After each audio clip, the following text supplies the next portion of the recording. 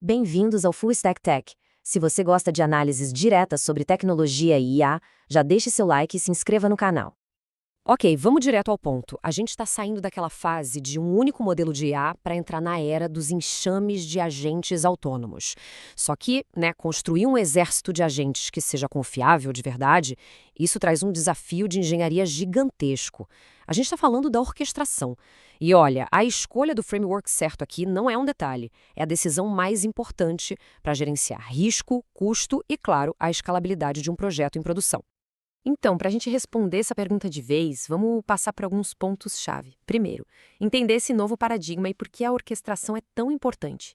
Depois, a gente mergulha nas três filosofias principais por trás dos frameworks. Em seguida, um confronto técnico, direto. Daí, vamos ver como seria um plano para colocar isso em produção 24/7. E, por fim, a gente fecha com uma matriz de decisão bem clara para saber quando usar cada um. É isso, a grande virada de chave não é só jogar um monte de agentes juntos. O verdadeiro desafio é fazer com que eles colaborem de um jeito produtivo, sabe? Sem virar um caos total.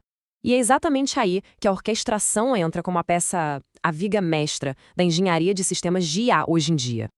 Para ficar bem claro, vamos pensar na orquestração como se fosse o maestro de uma orquestra de IA. É toda a infraestrutura e a lógica que vai coordenar como esses agentes conversam entre si, como eles compartilham informações, como executam tarefas complexas. Tudo isso em conjunto, de forma harmônica, impedindo que o sistema se transforme num pandemônio de operações batendo cabeça. E o impacto disso no resultado final é brutal. Os dados não mentem. Olha só essa lacuna de desempenho, é gigantesca. Sistemas que são orquestrados chegam a 100% de recomendações que são realmente úteis, que dá para fazer algo com elas. Já os sistemas não coordenados ficam lá com míseros 1,7%. Então que fique claro, orquestração não é um plus, não é um luxo. É um requisito básico para ter qualquer tipo de eficácia. Ok, então já estabelecemos que a orquestração é a base de tudo. Sem ela, não vai rolar. A pergunta agora é: como a gente implementa isso? E é aí que a coisa fica interessante. Os três frameworks que dominam o mercado hoje, eles não são só ferramentas diferentes. Eles representam filosofias completamente distintas sobre como coordenar agentes. E entender essa diferença filosófica é o primeiro e talvez o mais importante passo para fazer a escolha certa. Vamos começar com o LangGraph.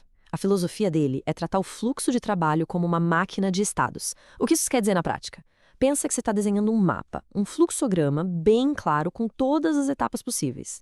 Os agentes são tipo os pontos nesse mapa, e as setas, as arestas, são as regras que dizem, depois daqui, você vai para lá. O resultado disso, controle máximo e altíssima previsibilidade. É perfeito para aqueles fluxos de trabalho bem complexos, que têm ciclos, que precisam voltar para um passo anterior, que tem um monte de se isso, então aquilo. Depois a gente tem o Crew AI. A metáfora aqui é bem fácil de pegar. É um organograma de empresa. Cada agente ganha um cargo, uma função, um objetivo claro e até um background para guiar como ele deve se comportar. O trabalho flui de cima para baixo, bem hierárquico. Tem um agente gerente que delega as tarefas para os agentes especialistas. É literalmente uma simulação de uma equipe humana. E por último, mas não menos importante, o AutoGen. A ideia aqui é uma mesa redonda, uma conversa. A orquestração toda acontece pelo diálogo. Agentes, ferramentas e até nós, humanos, podemos interagir num grande chat em grupo. E tem uma lógica central que age como um mediador, decidindo quem é o próximo a falar para que a tarefa continue avançando. É um modelo super focado em colaboração, em refinar ideias de forma iterativa, sabe? Tipo um brainstorming. Beleza, filosofias entendidas. Mas como isso se traduz para a arquitetura de software, para o código, para o dia a dia do desenvolvimento? Vamos colocar essas três abordagens num confronto técnico, um cara a cara. Porque é aqui que as diferenças ficam gritantes e críticas para quem vai colocar um projeto desses em produção. Olhando aqui para a tabela, a gente vê as consequências práticas de cada filosofia. No fluxo de controle, por exemplo, o LangGraph é o rei da complexidade, permitindo ciclos com suas arestas. Já o CROAS é bem mais linear e hierárquico. Agora, na comunicação, o LangGraph tem um objeto central que todo mundo modifica. O CROA é mais inteligente com os tokens. Ele passa só o contexto necessário de uma tarefa para outra. E o AutoGen? Ele usa o histórico inteiro da conversa como memória. E um ponto crucial, a persistência. A capacidade de salvar o estado do trabalho é nativa no LangGraph, usando SQL. Isso é fundamental para a resiliência, para recuperar de falhas sem perder tudo.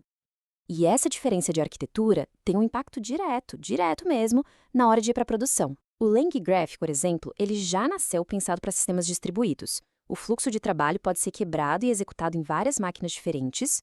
Já o AutoGen, ele é incrível para prototipar, não me entenda mal, mas ele ainda não é tão maduro para escalar de forma previsível quando a carga aumenta muito. Isso acontece por causa da dependência dele de um único loop de eventos. Ok, com essas diferenças técnicas bem claras na cabeça, vamos para o próximo passo. O que realmente é necessário para a gente construir esse tal exército de agentes que não só funciona, mas funciona 24 horas por dia, 7 dias por semana, num ambiente de produção de verdade? Falando em tirar projetos do papel, se esse tipo de inovação inspira a criação do seu próprio portfólio de tecnologia, estudar na maior escola de Python e IA do Brasil pode ser exatamente o que falta. Por isso, recomendamos a Asimov Academy. Lá é possível aprender a criar sistemas com inteligência artificial, dashboards, web apps, fazer análise de dados, automações e muito mais. É só acessar o link aqui na descrição ou apontar para o QR Code que está na tela. Bom, voltando a sair de um protótipo para um sistema que aguenta o tranco 24/7, exige uma arquitetura muito robusta. E isso vai muito além do framework que a gente escolhe. Envolve 5 pilares essenciais: gatilhos assíncronos, estado persistente, memória em camadas, orquestração de containers e, talvez o mais importante, observabilidade agêntica, para a gente monitorar o que realmente importa. No fim das contas, a gente tem que encarar a realidade. Um sistema de agentes em produção precisa ser tratado como qualquer outro serviço de back-end crítico. E como todo serviço, o custo operacional é um fator decisivo. A otimização de tokens aqui é fundamental. Coisas como cache de prompts, por exemplo, podem cortar os custos em até 90% em chamadas repetitivas. E outra tática genial é misturar os modelos. Usar um LLM superpotente e caro para ser o gerente e modelos mais rápidos e baratos como trabalhadores. Isso otimiza demais a relação de custo e performance. Só para ter uma ideia, a combinação dessas estratégias pode cortar os custos com tokens entre 40% e 70%. Isso transforma um projeto de exército de agentes de um sonho caro para algo economicamente viável. E agora sim, com todo esse contexto técnico e operacional na mesa, vamos montar a nossa matriz de decisão final. Depois de toda essa análise, a conclusão é que não existe um framework melhor em absoluto. Não tem bala de prata. A escolha certa depende 100% dos requisitos do projeto. A regra é simples. A gente vai de LangGraph se o projeto exige orquestração complexa, não linear, com rollbacks e precisa escalar num sistema distribuído grande. A gente vai de Crew AI se o fluxo de trabalho parece com uma equipe humana, com papéis bem definidos e delegação de tarefas. E, por fim, a gente escolhe o AutoGen se o coração do projeto for colaboração via conversa, tarefas iterativas ou fluxos que precisam de muita revisão e supervisão humana.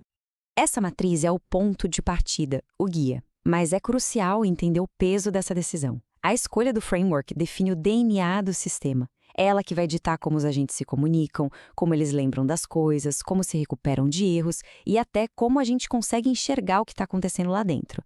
Errar nessa escolha, na base de tudo, é basicamente assinar receita para o desastre em produção. Então fica claro, a escolha do orquestrador certo é o que separa um protótipo de uma aplicação de IA robusta. E isso nos deixa com um próximo grande desafio, né? Com essas ferramentas se tornando cada vez mais maduras, o problema de engenharia muda.